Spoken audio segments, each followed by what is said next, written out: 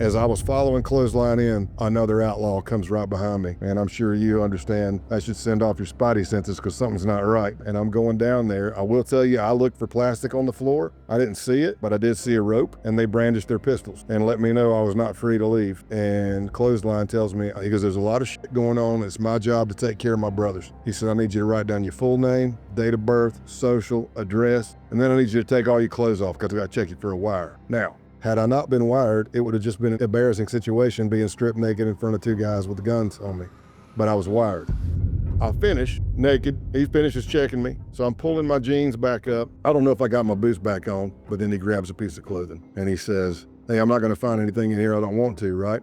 Like some naked pictures of my old lady, and he kind of laughs because I told you we were tight. But my laugh is not a laugh. My laugh is more like a I hope not, because I'm freaking out. He grabs a piece of clothing that has a recording device in it, and he starts going through it, and he starts kneading it with his fingers. I'm just watching it going, what the hell am I going to do?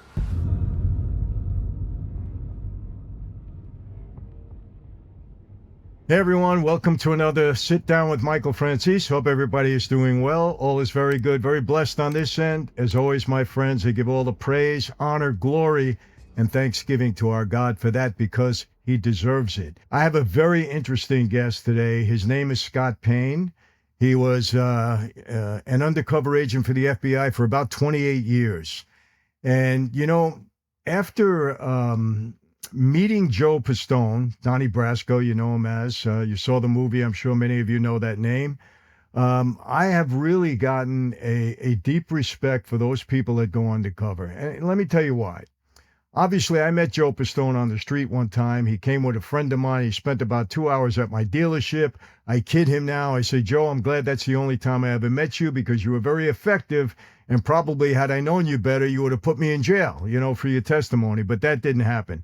But I had a lot of respect for him because he was undercover for 6 years. At any point in time, he could have walked into a place if somebody would have discovered him, if we did our homework better than he did his, and he was discovered, he would have been in deep trouble. And he wouldn't have known it. And you say, oh, Michael, you know, what would they have done? He's an FBI agent. Nobody's going to hurt him. They would have just outed him. No. You know, I give an example. A guy like Roy DeMeo might have brought him down in the basement, chopped him up, gone, disappeared. Nobody would have known what would have happened. Very distinct possibility. So when these guys go undercover, okay, they're putting their life at stake. And they're doing it to catch the bad guys. Sorry, but that's how it is. And yeah, former mob guy had a different mentality back then, didn't like him, but now I get it and I understand it. Hey, we can change, man. We can change our opinions and our attitudes and everything else. And I want you to listen to Scott because he infiltrated various groups, the outlaws, human trafficking groups, Neo-Nazis. You know, he prevented, a very, very, very bad situation that could have happened. I don't want to give it away. He'll tell you about it. But he did a lot of work. And, you know, to do what he did, I'm sure he suffered from PTSD at some point. I'm sure there's a psychological impact on you. You know, he's going to tell you about a situation that was extremely frightening for him. You know, I got a little bit, I got it, just when he was talking about it. So, you know, listen to this. It's very important because, you know, look, people, I said this 100 times. I'll say it again. There isn't an agency on the face of the earth that doesn't need reform. From the government on down, you know, to the Catholic Church, to everything in between. So does law enforcement agencies need reform? Yes, they do. We're all human. You know, there's corruption in everything, but you weed it out and you do the best you can. You try to put the best effort forward to get the best possible work out of those agencies, law enforcement included. You know, I don't know if you know this, but every time you connect to your Wi-Fi, whether it be maybe at Starbucks, maybe in an airport, even in your own home, there's hackers out there and they can steal all your passwords. They can get your photos. They even get your personal data. And they do it faster than a pickpocket in a crowded subway. Trust me on that. These guys are experts. They know what they're doing. So that's where private internet access comes into play. PIA, it's a VPN, and that's a virtual private network. And what that does, it encrypts all your connections through a tunnel, and you can't penetrate it. You know, this way it shields your digital life from the eyes of your internet provider. Very, very important. Going online, you know, without protection, It's like announcing your personal business on a megaphone in Times Square where everybody can hear it. Everybody is listening. And you know, you're going to get burned. There's no question about it. Whenever you browse online, whenever you're using an unprotected device, it sends out information, and that information is government censored. They're listening. It's like putting your internet into witness protection. How's that for old school stuff that I would say? But here's the deal. Here's the beauty of it. PIA, it opens up the entire world to you. You want to watch The Shawshank Redemption? Now, let's say it's not available in your area. It's on Netflix. Well, with PIA VPN, you can watch the show, which might be available in Australia, by changing it to the Australia server, just like that. And different regions, they have different content. With PIAs, they have 91 countries you can access, and shows that normally are blocked in your area, you know, you can find it someplace else. And I've been using this private internet access myself.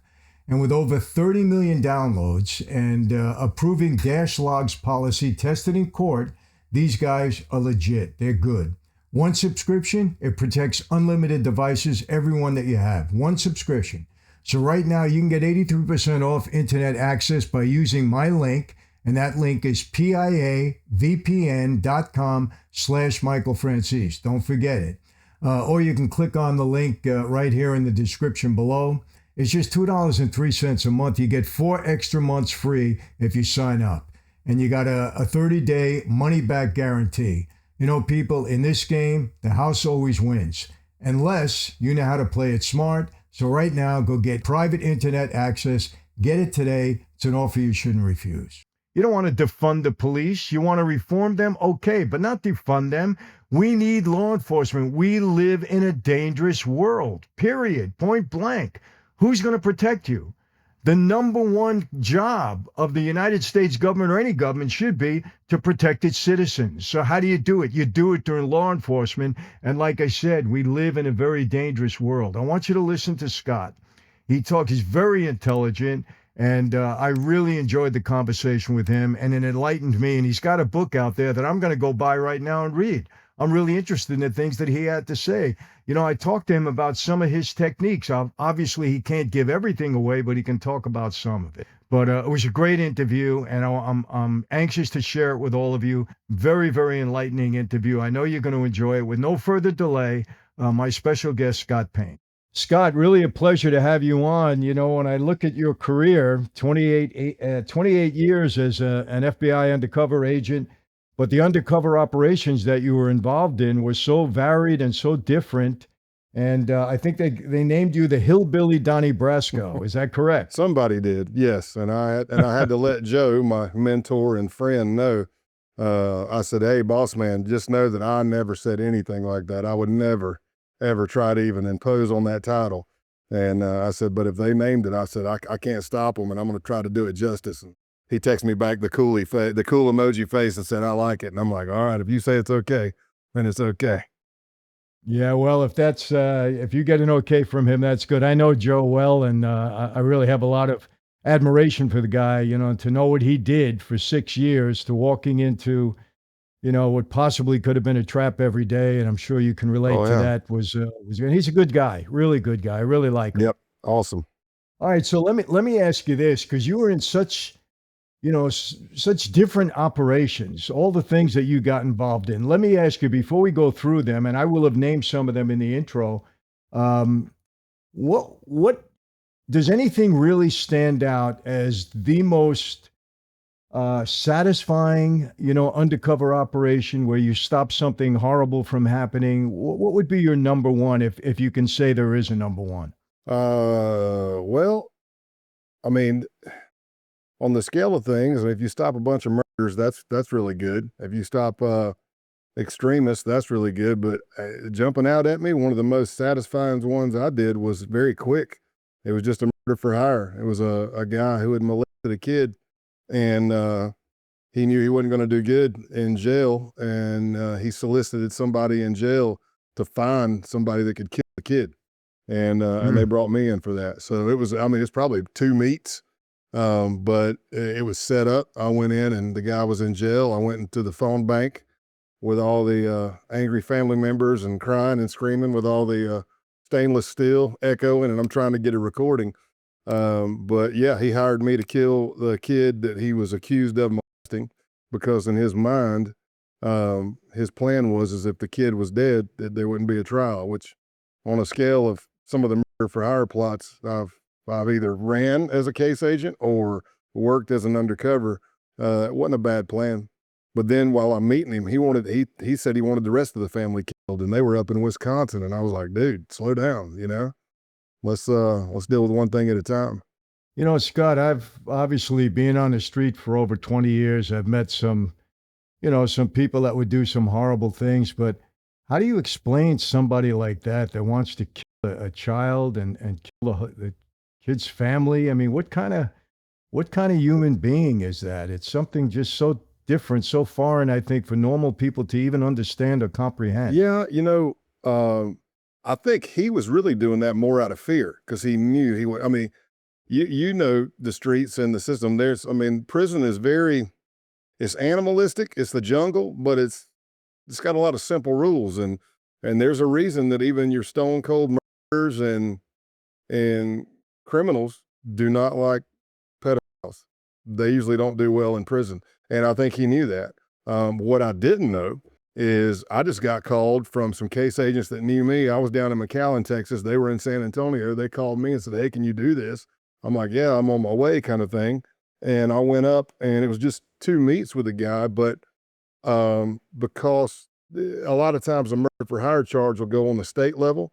It was the state that ended up charging this guy. And what I found out is after they approached him, after we got the recordings and the money and all that stuff, um, they hit him with it, and he pled guilty. He pled guilty to molesting the kid. He pled guilty to hiring me to kill the kid. And what I didn't know is that that guy had walked on like 3 or 4 prior cases that same solicitor's office had against him, because, as I found out, it's usually the molestation cases are usually pretty hard because it's usually way after the fact, and it's an adult on the stand versus a kid, and that kid's probably from a broken home, and it's just that's a tough part. But, yeah, it was pretty amazing, that we were able to get him, and he had walked on 3 or 4 cases prior to that. Gosh. And Scott, let me ask you, what kind of mentality do you have, to be able to go undercover like this and blend into the various groups that you had to infiltrate? I mean, what was your mentality going in? Really, I just use my skill set. It's kind of the way I was trained. But even now, after the fact of being retired and being around like acting classes and master acting or coaching, where you're going to go do a read to try to get a part, it's kind of the same thing. It's like, look, don't go in there and read the scene as Joe Pesci. Don't read it in that accent. That's not me. Read it as me. I mean, if it's cause for me to be angry, then be angry, but be angry in my voice, not Joe Pesci's. And that's kind of, and once I saw that, I was like telling my daughter, I was like, man, this is a lot like Undercover, because I stuck close to what I was. Now, if I'm a murderer for hire, if you're hiring me to murder somebody, then I'm not going to be in my normal jovial self. I'm not going to be cracking jokes and really bonding with you and connecting with you per se, because I'm supposed to be a stone cold killer. Why am I making friends with you? It's a one and done, a couple of meets. But for the most part, on these deep undercover long-term ones that I did, I'm still me. I may or may not be married. I may or may not have kids. I may or may not have played college ball, be a musician and a singer, but I lift weights and I ride motorcycles. I'm all tatted up, and that's just me. That's what I stuck close to.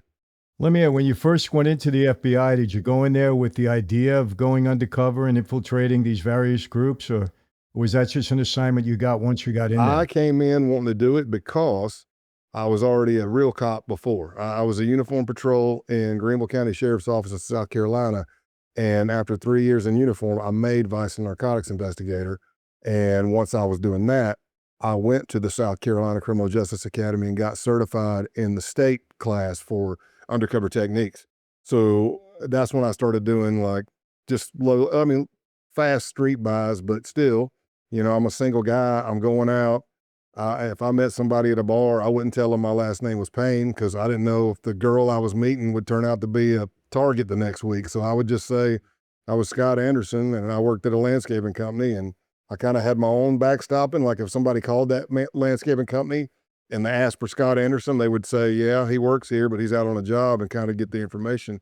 But I always thought, because we were only doing undercover at that time in the mid 90s, we were only really doing undercover in the county. So there's only so many ways I can grow my facial hair, cut my hair, change my clothes, change vehicles.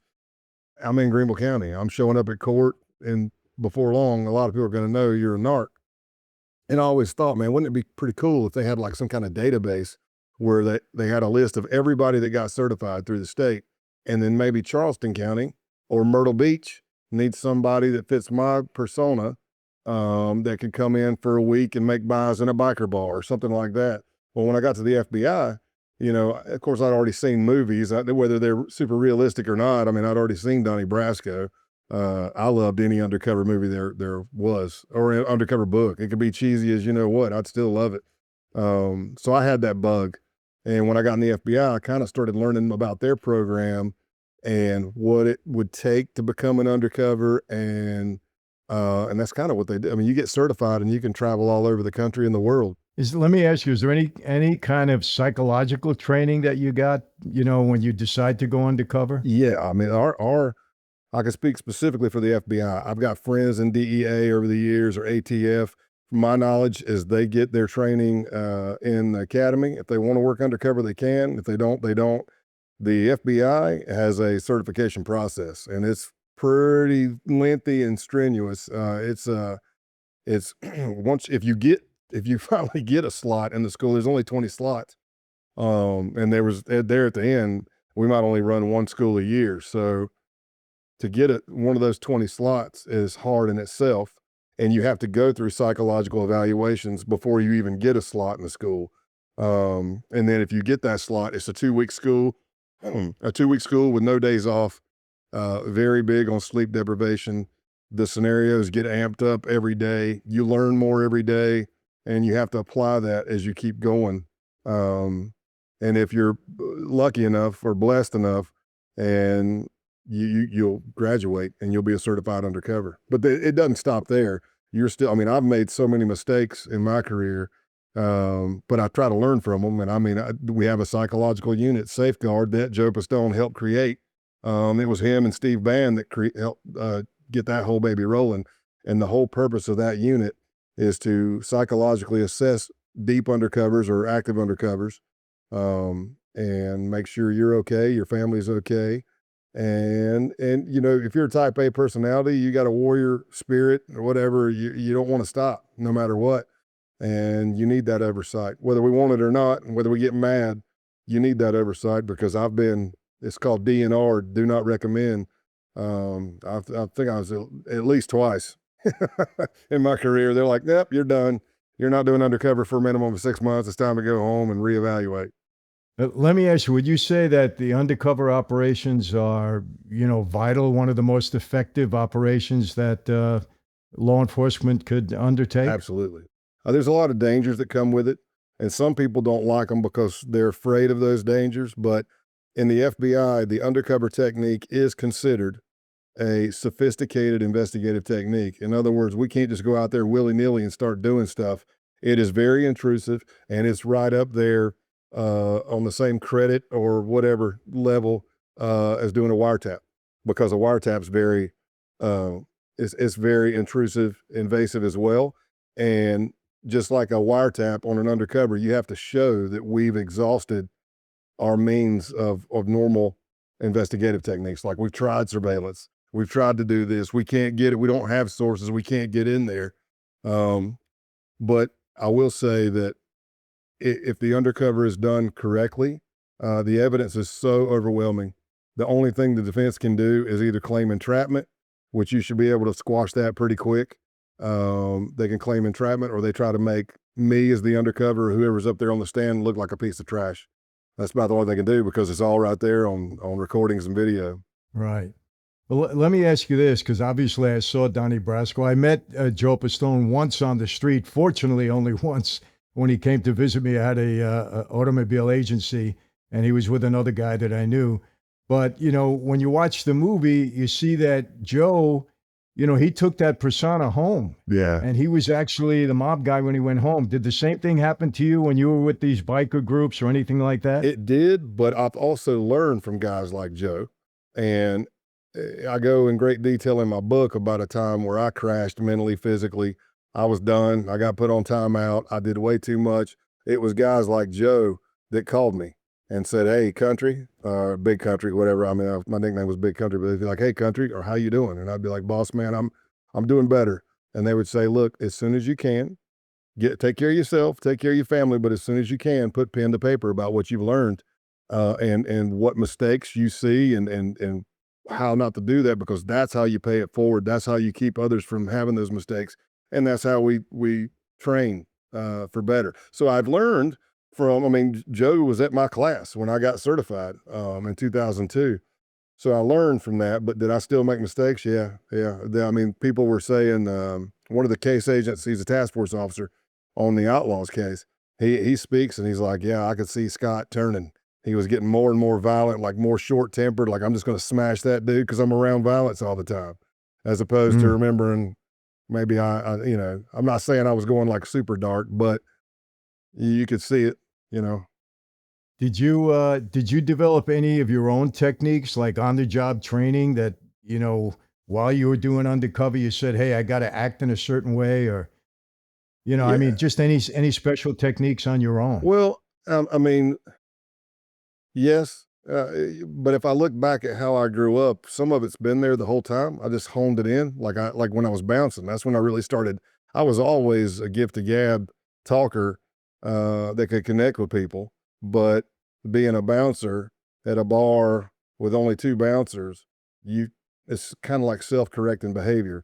If I go up and I push somebody and I'm already the fire's already lit and I'm pouring gas on it, how's that work out for me?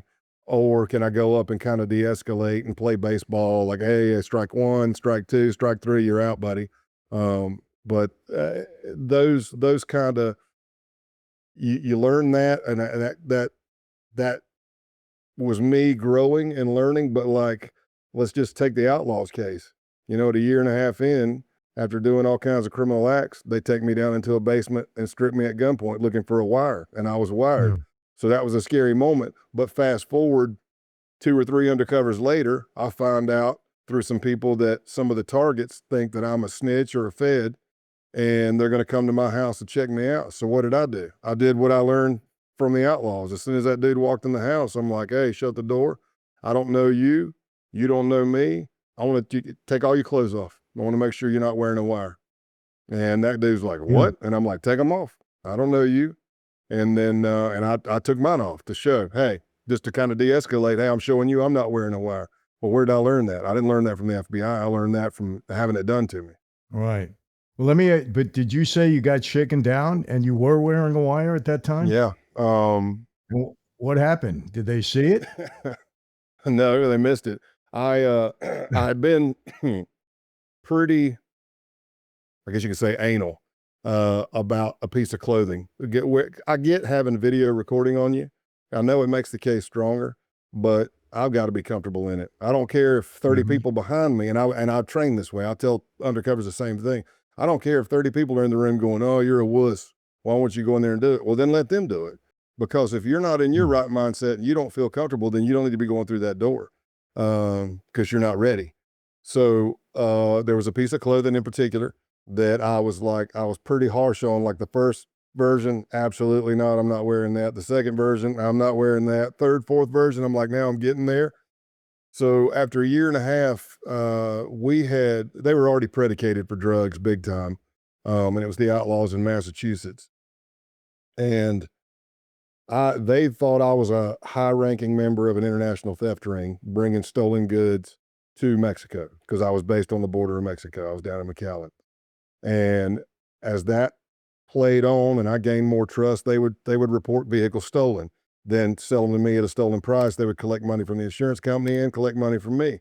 Then it got to where they were stealing cars and selling them to me for a stolen price. Then it got to where they were carjacking people.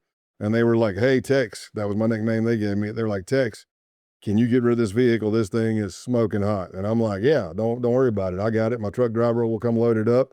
And before this thing even hits the tracking device, it's going to be in Mexico. And then I gained that trust. So fast forward to a year and a half, there's been murders on the case, not directly tied to me, or that would probably shut down the case, but the case team has done wiretaps. I've bought drugs. There's a lot of gun talk, all kinds of stuff going on. And it's a violent gang, you know?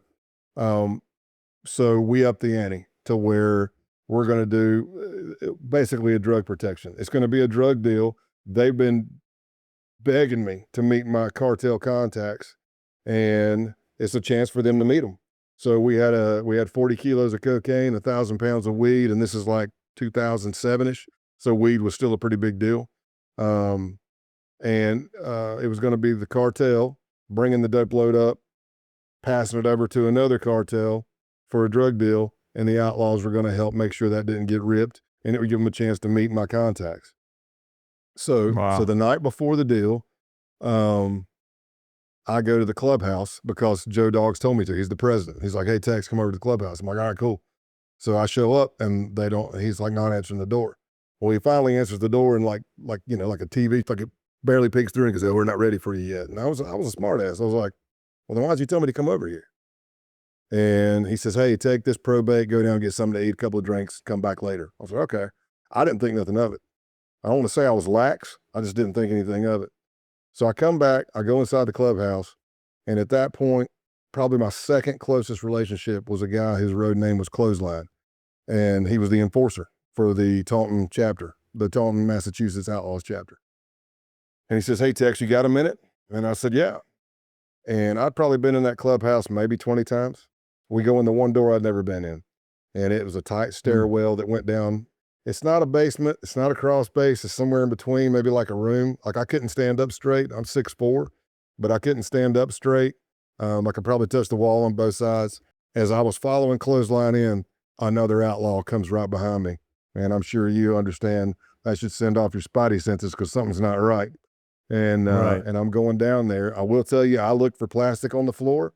I didn't see it, but I did see a rope, and they brandished their pistols and let me know I was not free to leave. And Clothesline tells me, I need you to write down, he goes, there's a lot of shit going on. It's my job to take care of my brothers. He said, I need you to write down your full name, date of birth, social, address. He said, I'm not going to ask for your names of your kids, even though we could find them if we wanted to. And then I need you to take all your clothes off because I got to check you for a wire. Now, I'll tell you, Michael, what I tell a lot of people. Had I not been wired, it would have just been an embarrassing situation being stripped naked in front of two guys with guns on me. But I was wired, and I had more than one device on me because I usually carry a backup or more because what if a video thing dies and then you got audio back and you may have a transmitting device where the cover team can hear you. And I'll tell you that it was an adrenaline dump. It was very scary. It was such an adrenaline dump because of the stress. I forgot my middle name when I was writing down my stuff, and everything slows down. You get what they call auditory exclusion. So everything you hear is in slow motion. It's going whoosh, whoosh. You're like, Scott, you feel like you're underwater. And then you get time dilation. Everything you see is in clicks. It's like screen grabs. You can feel your heart beating through your entire body. My hamstrings got rubbery. My throat tightens. My voice gets way higher than it is right now. This is a bass line. If you hear the recording, you know that's not my normal voice. And through the stress, I finally remember my middle name. I write it down. Then I take all my clothes off. I take jacket, shirts, however many I had on. I know it was cold that time of year, especially in Boston. And I took my boots off and I dropped my underwear and jeans around my ankles. And so they're searching me. They didn't find anything. And I'm talking the whole time because that's what I'm trying to do. I'm trying to gather intelligence. I'm trying to listen to what's going on. Am I dying right now? Am I not? Some people are like, why didn't you fight? I'm like, okay, there's two dudes. They got guns. One of them's on the stairwell. No, I'm not free to leave. Even if I did make it past those two, they just finished church, which is their mandatory meeting every week. They call it church. And there's probably 10 more outlaws upstairs. And the door's barricaded. It has dead bolts. It's got a metal bar across it. And I mean, what are you going to do? I don't care if you're the baddest MMA fighter on the planet. It's not a good deal. Had I seen plastic, I probably would have tried to fight because I wouldn't. I'm just like, oh, I know what this means. I'm probably getting killed, and at least I'll go out fighting. But they finish. I'm talking to him, and he's even like, trust me, man. If somebody accused me of being a Fed, I'd probably smash them in the effing mouth. And I'm like, I'm not happy. And I'm telling him, I'm like, bro. He goes, there's a lot of people concerned. I said, yeah, I get it. I said, but nobody has to do anything. You guys asked to do that. If nobody wants to do shit, they ain't got to do shit. Period. Because they're talking like, hey, we're concerned because it's risk. Well, yeah, it's risk because it's illegal. But you're talking about worrying about going to jail. All I did was state the truth. If I was really working with the cartel, I'm like, if I screw this up, it's worse than jail. I don't know if you know how it works on the border, but let me explain it to you. Not only will they torture me, they'll torture my entire family, my animals, everything. So I finish naked. He finishes checking me. So I'm pulling my jeans back up.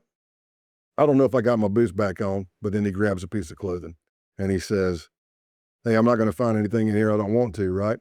Like some naked pictures of my old lady. And he kind of laughs because I told you we were tight. Right. But my laugh is not a laugh. I'm like, my laugh is more like a, I hope not, because I'm freaking out. Now I'm on another adrenaline dump. I came up from the first one. Now I'm on another one.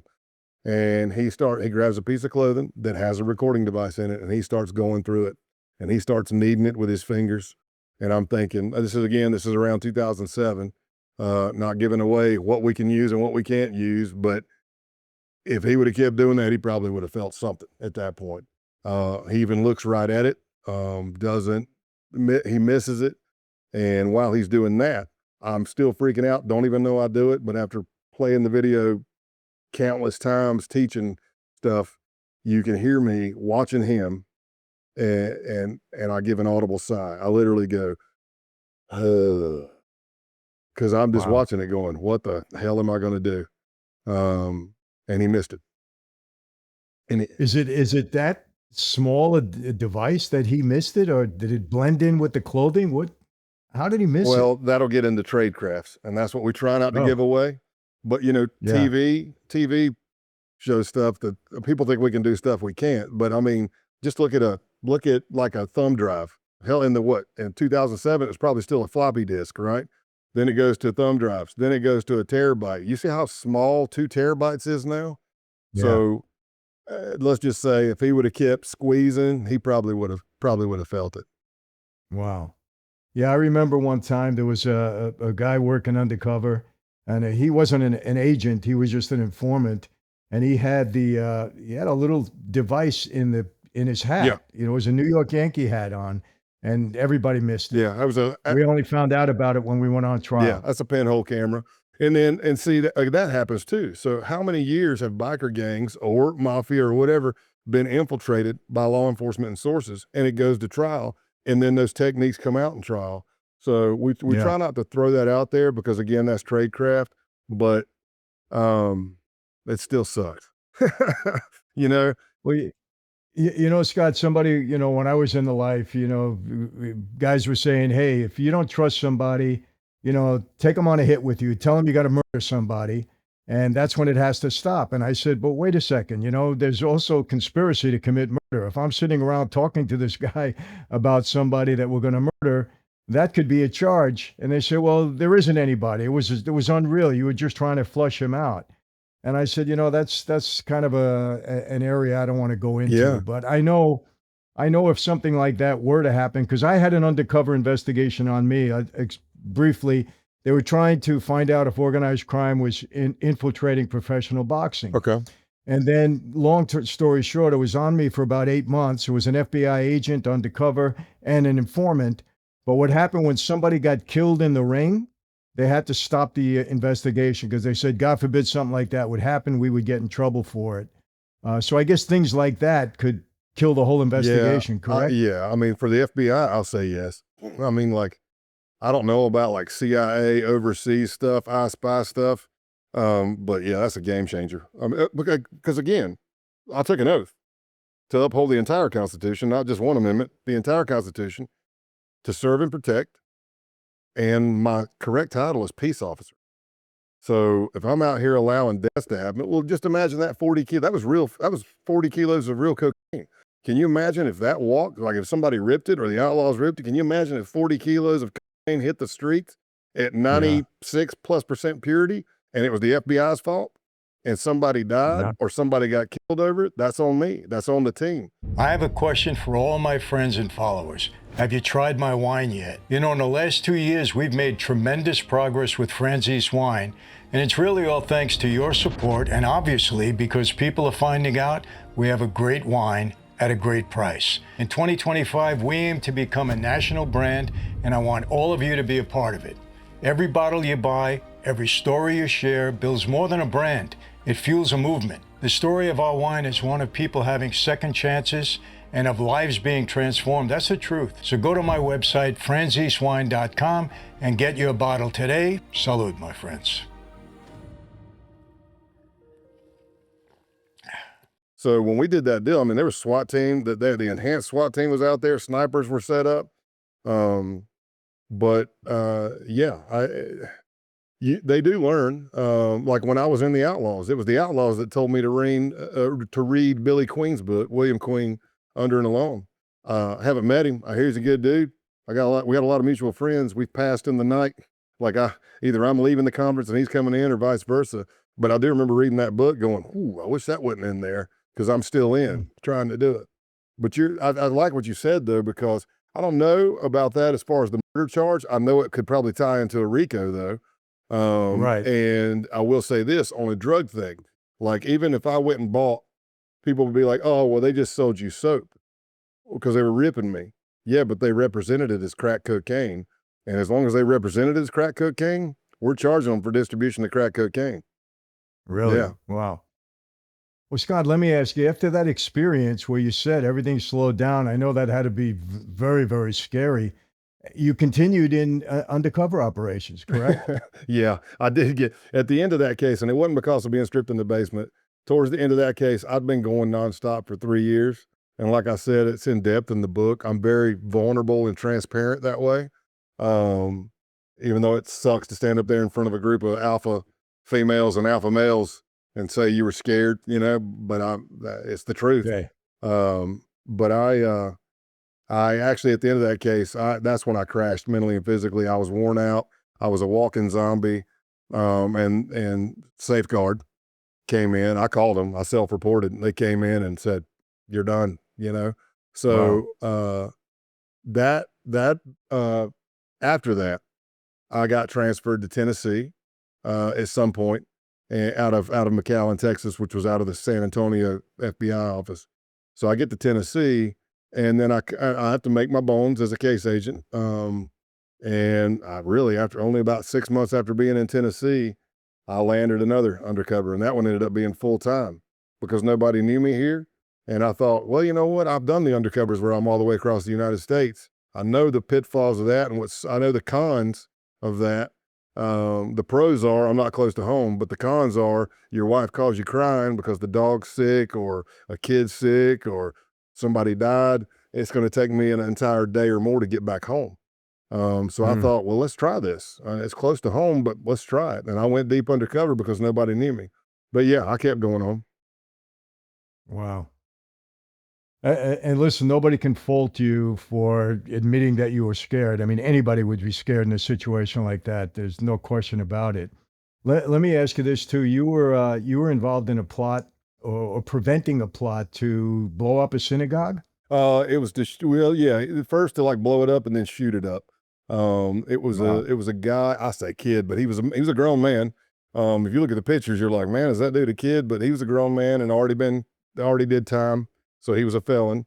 Um, that case started because he was so radical that the other white supremacists around the KKK and stuff, there were people reporting on him going, this guy, I mean, you might want to, in other words, they're like, we don't want this heat. This dude is really talking some crazy stuff. Somebody ought to look at him. And I was introduced to him and I met him. He believed that I was a longtime member of the white supremacy movement. most likely Aryan nations, and that I was what I call a closer. I don't know if there's a correct title for it. I call it a closer. In other words, it's not quite a murder for hire, but you're meeting me because you want me to supply you with the bomb, supply you with the guns, whatever it's going to be. That synagogue, that was in Myrtle Beach, and he had already scoped it out. He wanted to do something, and normally I don't say the names of the bad people because we don't want to give them any more fame or credit, but I'll say it because this is what was going on there.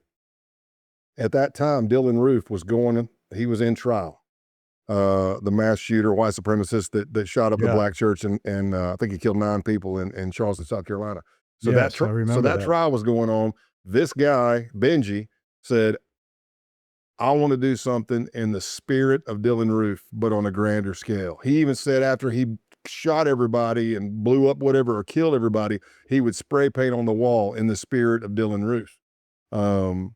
And I'm not one of those that's like super like you go meet somebody and you come back and go, this is the worst dude in the world. This is going to kill everybody. I'm on the other end of that spectrum. I'm a little more skeptical, but Michael, when I walked away from that meeting with Benji, I came back to the case team and I said, I'm 99.9% sure out of 100% that if I was really a bad person and I said, you need to take out those cameras, do it during this time of day, here's an AK or whatever, I said, I'm 99.9% sure he'd do it. I was also 99% sure that if he decided to do something, he would probably contact me, which was good because that's what we want. We want the ticket. We don't want him out there trying to find somebody else to help him kill people. And what he did, it was pretty simple. He ended up asking for a weapon. In the meantime, while he was trying to find another synagogue, because I explained to him, you're already a known felon here. You're telling me that everybody, all the local cops and stuff know you here. Why would you want to do something here? So he liked that. I said, you know what? I'm going to look for a place that's farther away. But in the meantime, you think you could hook me up with a 40? And I didn't miss a beat. I was like, yeah, what do you need? Glock, SIG, what do you want? And he said he wanted a Glock, told me how many rounds he wanted. And we set up the deal. And, you know, he was already predicated. He asked for it. I just delivered it. And he got locked up for being a felon in possession of a weapon. Wow. Unbelievable. You know, and it's just by somehow getting involved that this information comes out. It's fascinating to me how you even get accepted into those groups or these people start to converse with you. You know, it's every one of them's different, really. You know, like with Benji, he had already been putting it out there. So somebody introduced us and said, hey, this is a guy you can trust kind of thing. I mean, there was a blow up situation in Greenville, South Carolina, where a guy got fired from the Michelin plant. Originally, he wanted to blow up the entire plant.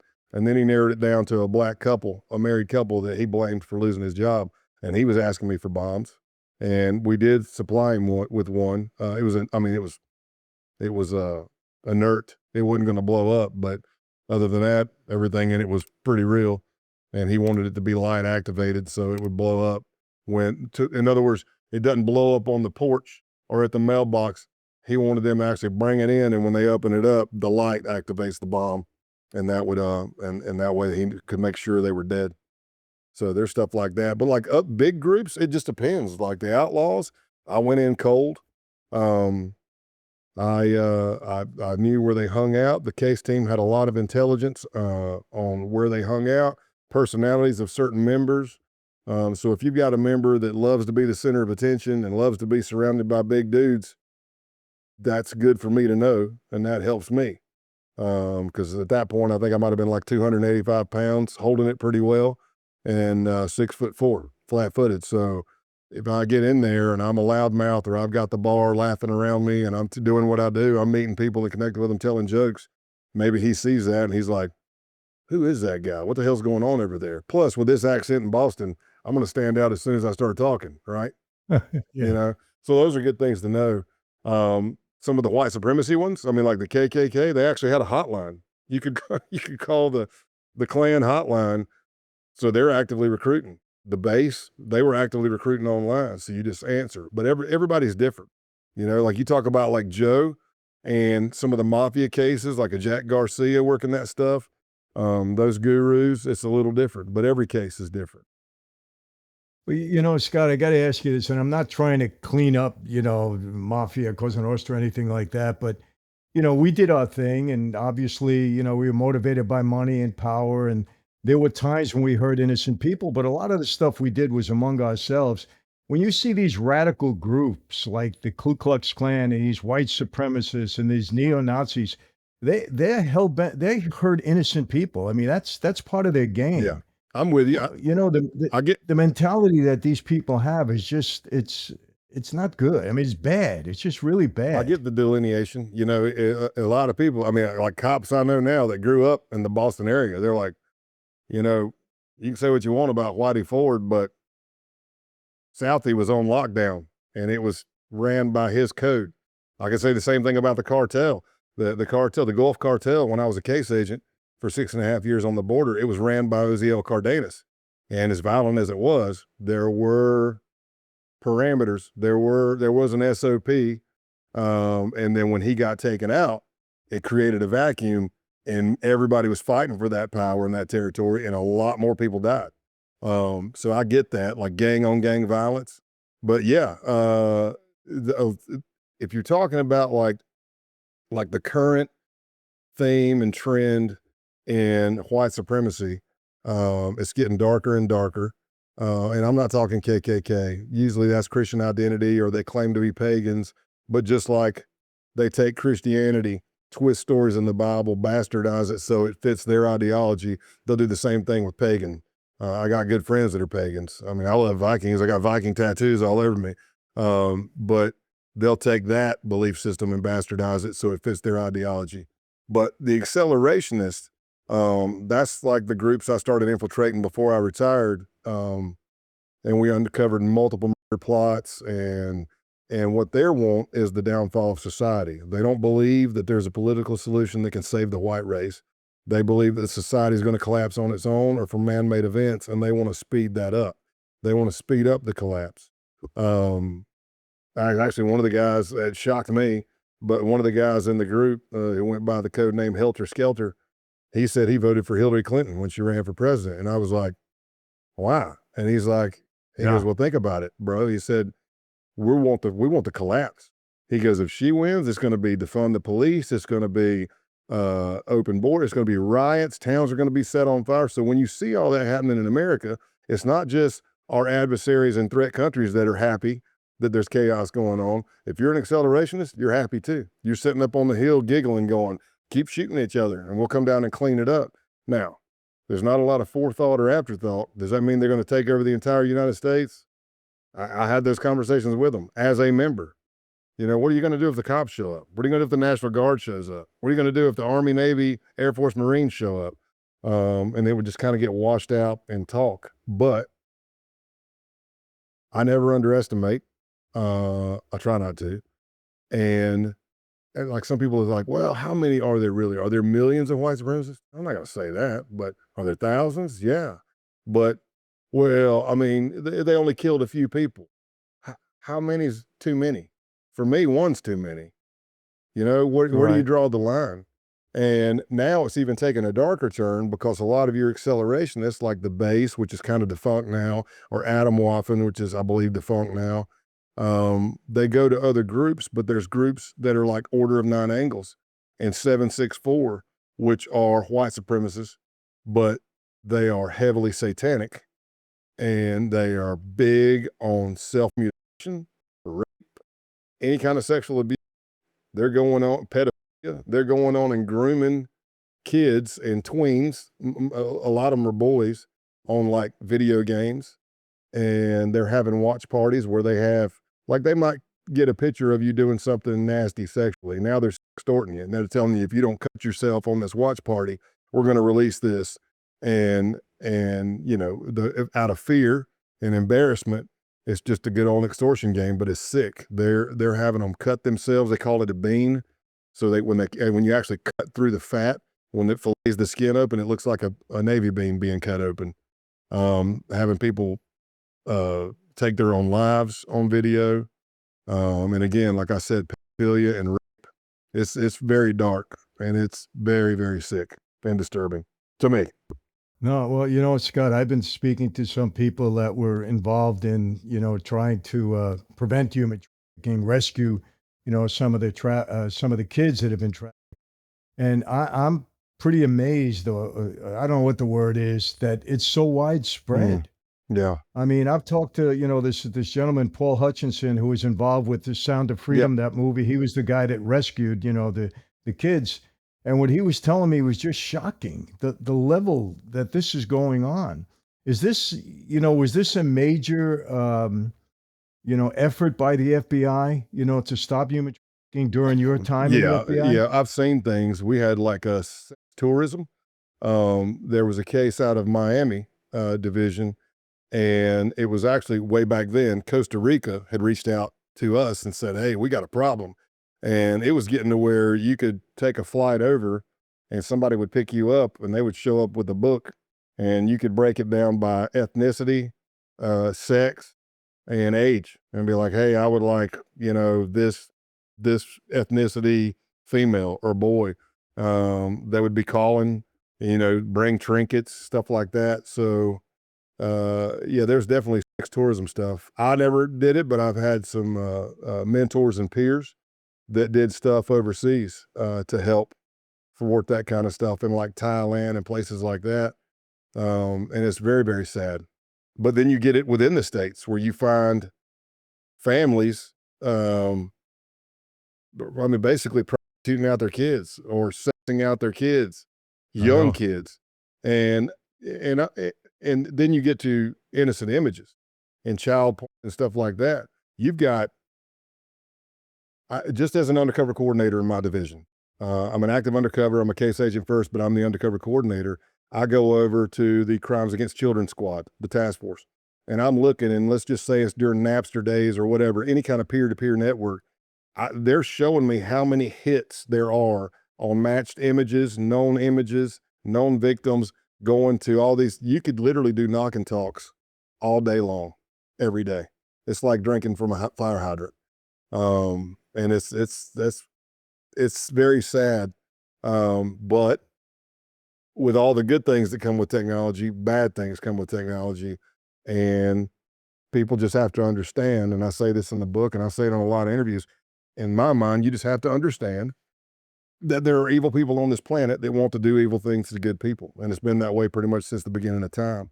I'm an optimist. I'm a glass is half full guy. I know the battle I fight for. I know which the good fight I try to keep fighting. But I don't. Some people can't deal with it mentally. I've got family members who can't. They'll see one story and they're like, "Oh my gosh, it rocks their whole world," and they're like, "How can something so horrific happen?" But in my mind, I'm like, "Bro, you have no idea." I mean, that's still a bad thing that you're talking about, but that's nothing on the scale of things that go on. Um, and more people, Yeah. and hopefully it'll shift back to that. I mean, it used to be a national initiative to for like to protect kids and stuff like that. And God bless the people that work it, bro. I can't. I mean, I can be the undercover that goes and picks you up and shows you the book.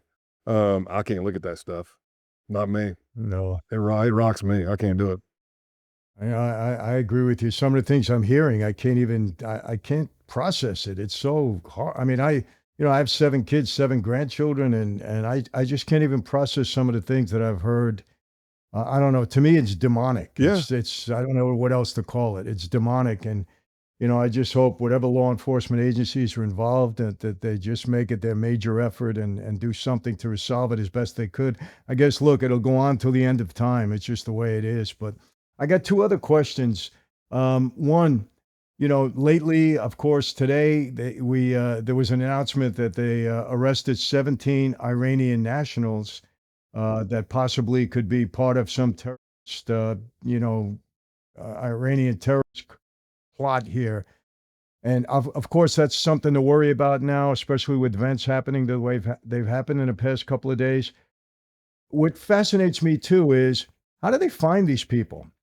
The FBI, they're good at this. I know that, Christopher Wray was saying that we have these groups here and that it's not a question of if it's going to happen, it's when it's going to happen.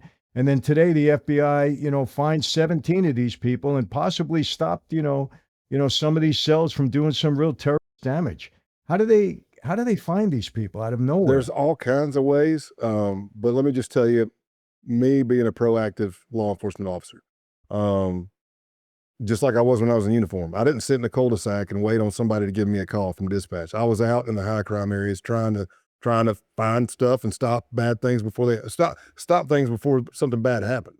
Um, so as a case agent in the FBI, like if I'm on the Joint Terrorism Task Force and I'm assigned to international terrorism, I better be out there developing sources of information. I better be working with all the state and local law enforcement agencies and trying to find out stuff and maybe even spread knowledge. So like when I first got to McAllen, Texas, I was working dope, no brainer. You're on the border, right?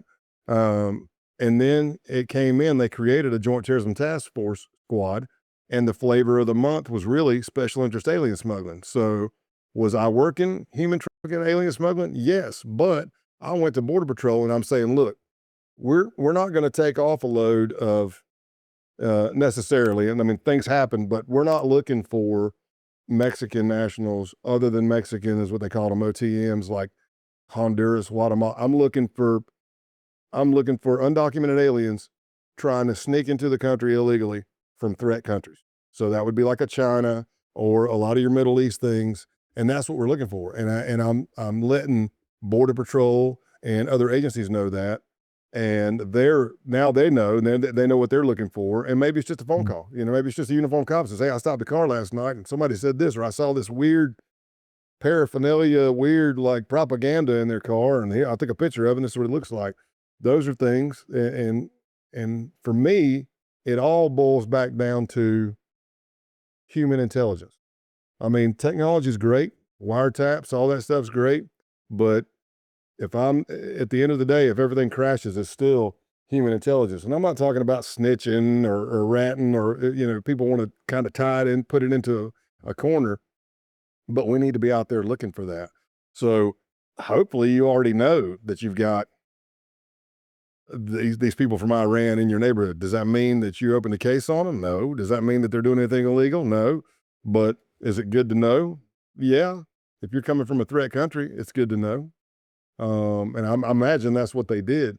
But I will tell you that, and I don't care left or right, I'm not trying to say Republican versus Democrat or vice versa, but I will tell you with the open borders, we have no clue what's in this country. I worked that border for 6.5 years. And even when COVID happened, they would be like, "Hey man, there's not even the second and third shift of Border Patrol aren't even working right now." You're like, "What?" And I'm like, "Well, let me explain it to you in a criminal standpoint from when I was working it. We get a call that Hebronville has apprehended a load of undocumented aliens. They've got the walker, the coyote, and they have figured out through their questions that they belong to an organization that I'd already told them about. Hey, if you get anybody from this organization, give us a call because we're trying to build a case against this person or this organization, this smuggling organization." So me and another Border Patrol agent, or a Border Patrol agent, I'm an FBI agent, we drive out in the middle of the night to Hebronville. We get there and we both look at each other and go, "We never went through a checkpoint." So we go in and we go, "Hey, what happened to the checkpoint on such and such road?" Because everything, you get across the river, but then all roads should tie into a checkpoint, usually about an hour inland. And we never crossed it. And they said, "Yeah, we're understaffed." Michael, here's what I tell you. It probably took maybe 30 minutes or less for the cartel to know that and everybody to go, "Everybody start moving your loads on this road right now because it's not covered." So can you imagine when nobody working and the border not being secured or people not doing law and order? I'm not trying to paint a picture and say everybody coming in is bad. I know the humanitarian side of it. I've seen some horrific things. I've seen some things that broke my heart where they put put a mother and a daughter on a plane back to like Chile or somewhere. And you're like, but look at what they went there.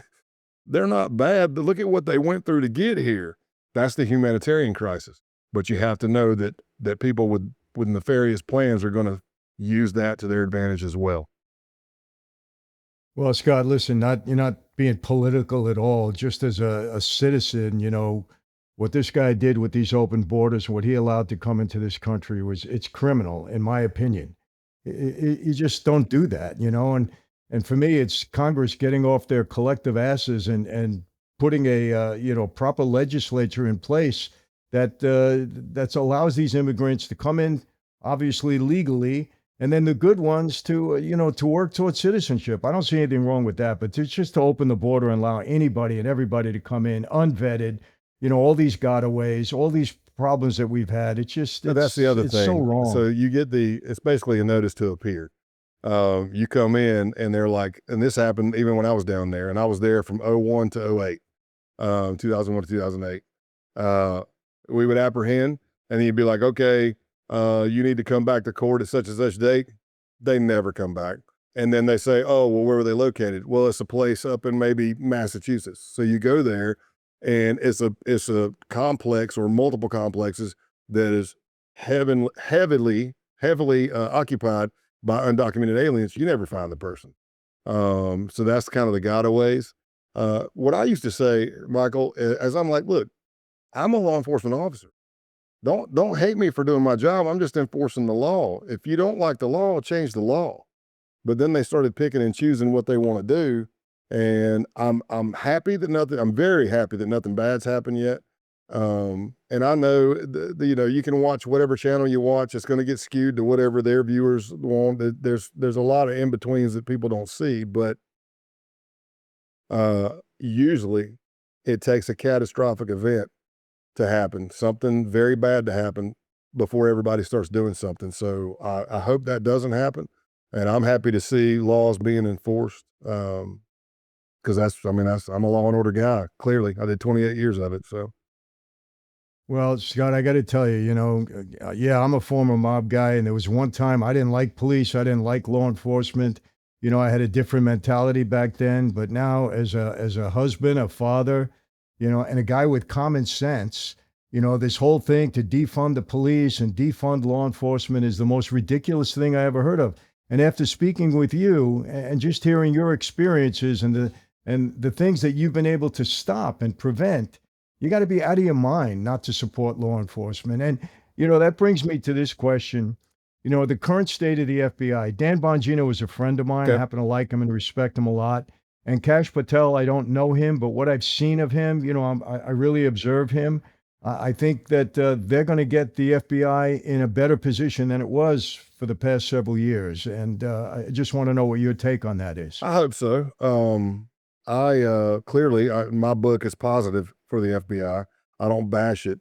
I think I may say something in there about some management issues, and that's why I switched to another squad, but which happens anywhere. I believe in it. My personal opinion is, do I think the FBI needed some changing? Absolutely. Did I think the Department of Justice needed some changing? Absolutely. That's my opinion. I haven't, from what I've seen from Cash, I don't know him. I know that before he was appointed, I'd seen some interviews, and I might watch it knowing what I know and go, well, that's wrong. But I'm not saying he's a bad guy for not knowing it. What I'm hoping is any good leader, no matter which leader book you read, Colin Powell, you read that book and I said, I guarantee you somewhere in that book, he's going to talk about surrounding himself with heavy hitters. You don't have to know everything about everything, but you can surround yourself with the right people. So maybe you come into an organization thinking one way, going, I want to know what happened on this investigation. Well, then hopefully you've got a seasoned case agent who can articulate, because that's what it's all about. Can we articulate what we did? Comes in and says, well, this is why we did what we did, and bam, bam, bam. And then you answer your questions and you go, oh, okay, well, that's on the up and up. Next, let's go to the next thing. And I think that's what's happening. I mean, I still talk to people who are in the Bureau. There's some people who are worried about, getting walked out or whatever. But like I said, I think personally, I think it needed some changing. Well, Scott, I appreciate that. And name of your book, and where is it available? The name of my book is codename Pale Horse, because that was my nickname in the base, and all the other cool undercover titles have been taken. But Wow. the codename Pale Horse, and the subtitle is How I Infiltrated, or what is it? How I Went Undercover to Expose America's Nazis. I wanted it to say something a little different, because if you read that title, it doesn't sound like I did biker stuff or public corruption stuff or murder for hire stuff, but that's all in there. You can get the book anywhere. The audio book, it's only been out for 3 months to today. It came out 3/25, and I'm already a New York Times best-selling author, so that's a blessing. But I did the audio book. It's in my voice, and I think that's what kicked us over the top. You can get it anywhere, Spotify, Amazon. I will say, if you go to Amazon, my book will be at the top. It is my face under it or scams. We get them kicked off. But it'll be like Agent Pale Horse Workbook, and they've taken my face and used AI and made it older. And I'm like, I call it Simon & Schuster. I'm like, did we do a workbook? I don't remember doing a workbook. And they're like, no, that's a scam. Part of me wants to order it. It's only like $10. I'm like, I wonder what it says. But yeah, you can get it anywhere. Simon & Schuster, Barnes & Noble, any bookstore, you can get it. Well, listen, I commend you for reading your own book for audio. I had to do that a couple of times. It was kind of rough, be honest with you, to read your own book, but it's the best way to do it. But I got to tell you this, after this conversation, I'm definitely going to get the book because it was extremely interesting. And I got to tell you, I really, I applaud you and commend you and thank you for your work. I mean, you've done tremendous work, and I know what it is, especially after talking to Joe and, getting to know him. It's tough, man. Going undercover is rough. And you guys, you really put yourself on the line, and I really appreciate it. So thank you very much. And maybe we'll run into each other one day. Absolutely. Thank you for having me on here, buddy. All right, buddy. And we'll let you know when this airs. It'll be probably within the next week. Sounds good to me. All right, people, well, there you get it. I don't know about you, but, when he described that situation when he was with the Outlaws, and they were shaking him down, made him strip, do everything, shaking him down, 2 guys with guns on him. Had they found that recording device, forget it. He was a dead guy. And he told you, listen, I experienced that one time, walking into a room thinking I was going to die. I'm telling you, I was scared. And he said it. He was scared because he knew if they found that device on him, he was in trouble. They probably would have shot him right then and there. Would have been all over. And yet he continued. He was able to continue. He got through it somehow, but it had an impact on him. What he talked about, human trafficking, just disgusting, terrible. We need people like Scott on the street doing whatever they need to do to find these bad people that are abusing children. It's horrible. It's disgusting. It's demonic. And anybody that supports it, it's demonic. Anybody that engages in that kind of activity, hurting children, is demonic. There's no other way to put it. And these people need to suffer the greatest extent of the law to go after them and hold them accountable whatever way they have to. Man, if they were on the street, when we were on the street and we caught them, forget it. All over. And yes, they do treat these people differently in prison, and they deserve it. I'm sorry, that's my feeling. I'm going to say it whether you like it or not. I'm a father, I'm a grandfather, and I'm just a human being that cares about kids. How do you do this stuff? So he'll tell you a little bit about that. It's disgusting. I had Paul Hutchinson on, and he told you about that, how he rescued those 51 kids. Sound of Freedom, the movie. He was the guy. This stuff is horrible, man. I don't care how many agents they put on the street, how many undercover people they put on the street to find this stuff out. Terrible. Talks about the neo-Nazis. You heard what he had to say. Prevented a bombing and a in a synagogue. Terrible stuff. We need guys like Scott. Get his book, read it. It's all over Amazon. The audio book is out there. Wherever you can get it, get a copy of it. Because I think, not only are you going to be intrigued by it, you're going to be educated, and then hopefully anybody out there that wants to talk to you about defunding the police, you'll put them in their place exactly where they belong. And yes, that's coming from a former mob guy. That's it for today, my friends. How do I always leave you? Same way. These things get me crazy when I hear this stuff. I just don't get it, man. I don't get how these people can human traffic children. How you can have a menu ordering what kind of kid you want to do sexual things with. This is disgusting behavior. How do you, I just don't process it. I just can't. But anyway, be safe. It's guys like Scott that help us be more safe. Guys like Joe Pistone, dear friend, guy I love. Guys like this that help keep the streets and families and neighborhoods and communities safe. Be safe. Be healthy, of course. And yes, God bless each and every one of you. God bless your neighborhood, your community, your families. God bless America. God bless our president and all those that are advising him that they do the right thing, not only for this country, but for everybody around the world, because we have big influence here. Yes, I'll see you next time.